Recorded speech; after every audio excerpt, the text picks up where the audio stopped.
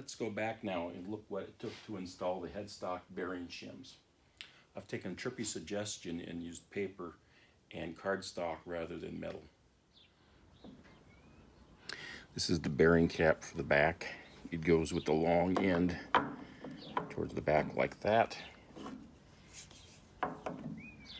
We already have the felts in place.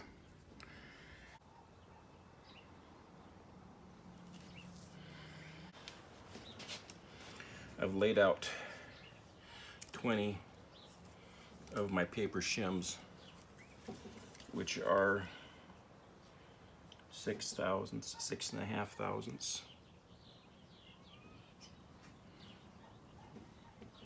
And I'm going to make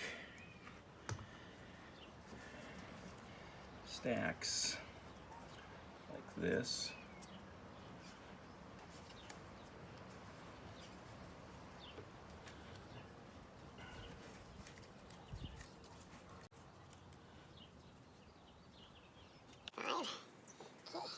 Get them holes sorted before we start.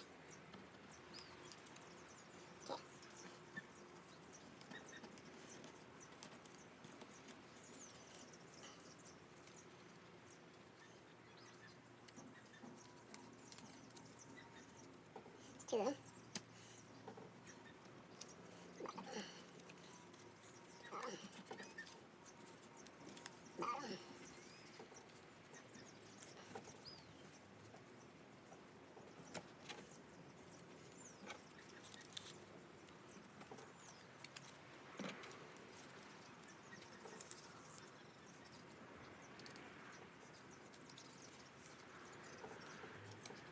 Now, each of these, so should be, these are 6, 5 times 6 is 30, and 3 more, so they should be 33 thousandths. With the glue, there's glue in there that I used in the drag knife. I don't know if that'll focus. So our stack looks like 45.5 thou. I installed the headstock with a cap and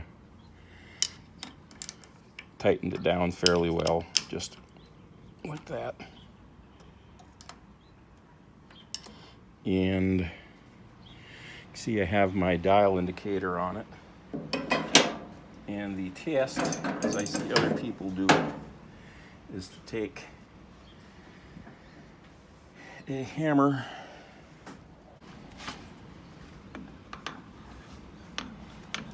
take a handle here, lift it up and down,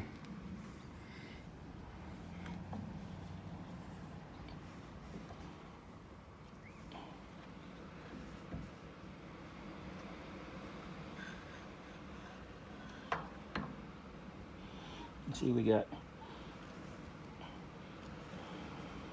of course we're lifting it a little bit, so I think we're going to call this one good until we can bolt the other one down. But let's do the lift thing instead of the, because then it would make a difference.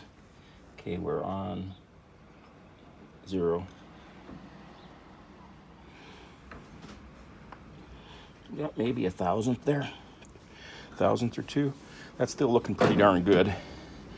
It's amazing because I really didn't calculate anything. I just decided we'd try 10 shims to start with and per side, and that's what we got. So I'm going to call this end good for now. Stack 10 shims each on each side of the large bearing, big end bearing, and they measure 94. I'm not quite sure if it's a glue thickness thing or what, but they're equal both sides, and the individuals measure 6.5 kind of thing, just like the other. Okay, we're doing this dry to start with.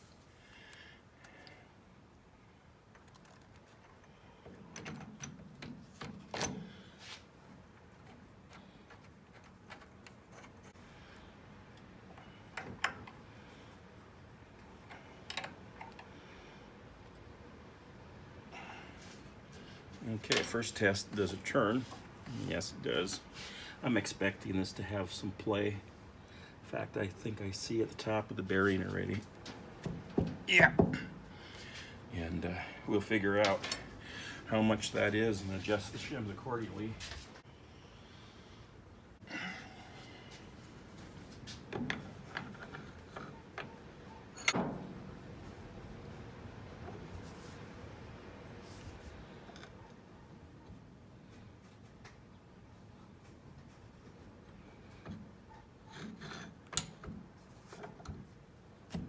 There we go.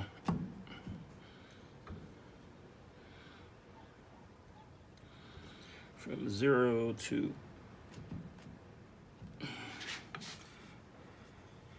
0 to there. That's 50 thousandths. So we got about twice as many shims as we need. I have taken out 4 shims on each side, leaving 6. It shows about 47 thousandths on each side. This will be a little better because I can get past the taper.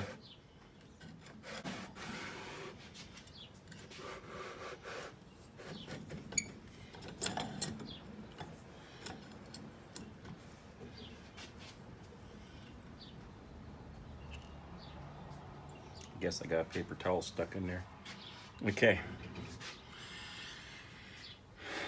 And we're at 0. Pulling down, we get, not much. Lifting up, we get 5 thousandths. No, 10 thousandths. I removed 2 of the purple shims and it locked the shaft. I took out 2 purple and put in 2 white shims, and it turns, but it's kind of tight, but it does turn. Well, I guess it kind of catches in place. Well, yeah, it catches in places. So I'm thinking need to get just a little bit further down. It does show 1 thousandths where it's loose. Let's see about where it's tight. Nothing there. Okay. I've added 1 more white shim, and depending how you measure it, with a clean caliper runs anything from between about 2.5 to 4 thousandths, depending on the glue. I'm going to start these by hand.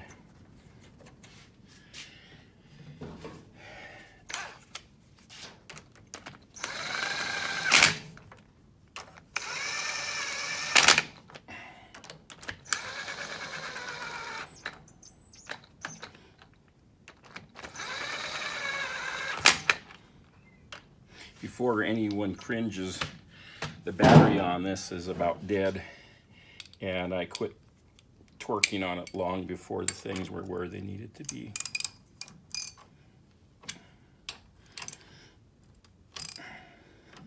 You got tools, you may as well use what makes your life easier. Now this is still dry, there's still no oil in there.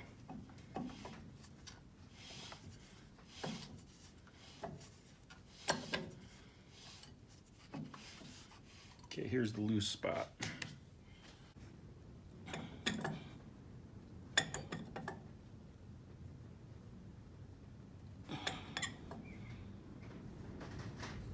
Maybe 1.5 thousandths. Okay, here's the tight spot. Right there.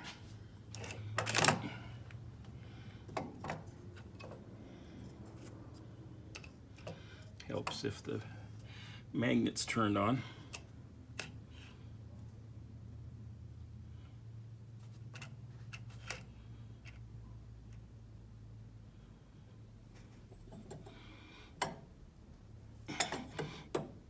We're still at 0.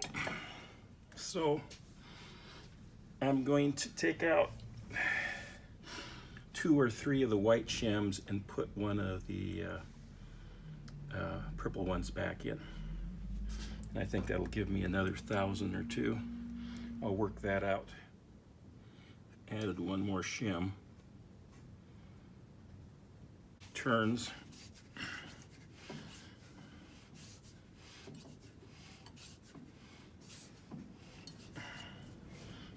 See what we got for wiggle. Loose or tight. That feels like the loose spot about there. Okay.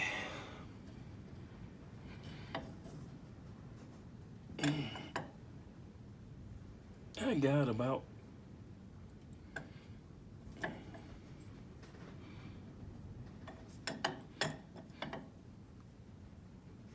4.